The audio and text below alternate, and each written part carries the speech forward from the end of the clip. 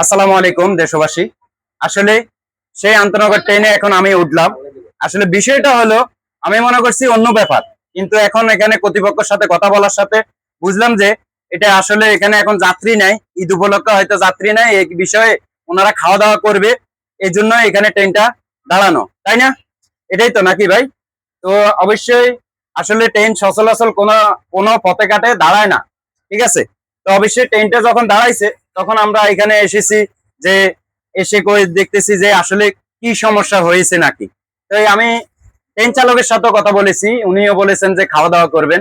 তো এখানের মাধ্যমে ট্রেনে উঠার পরে আমি অনেকের সাথে কথা বলেছি, ওনারা বলছে ওনারা সবাই স্টাফ, যে এখানে আসলে যাত্রী নাই, এখানে এই জন্য ওনারা একটু রেস্ট নিচ্ছেন, খাওয়া দাওয়া করবেন, তারপরে ট্রেনটা ছেড়ে দিবে, ঠিক আছে? তো আপনি একটু এদিকে ঘুরাই একটু দেখাই, আবার এদিকে আসেন, এদিকে আসেন। খাওয়া দাওয়া করতেছে ওনারা, আসেন। হ্যাঁ, খাওয়া দাওয়া করতেছে, আপনারা দেখতেছেন, আসো এদিকে আসো। তো আপনারা দেখছেন খাওয়া দাওয়া করতেছে ওনারা, আসলে এই জন্য একটু এখানে পথের মাধ্যমে দাঁড়াইছে। তো আপনারা দেখছেন যে আসলে এখানে সবাই তারাই নিজেরাই আছে, ঠিক আছে?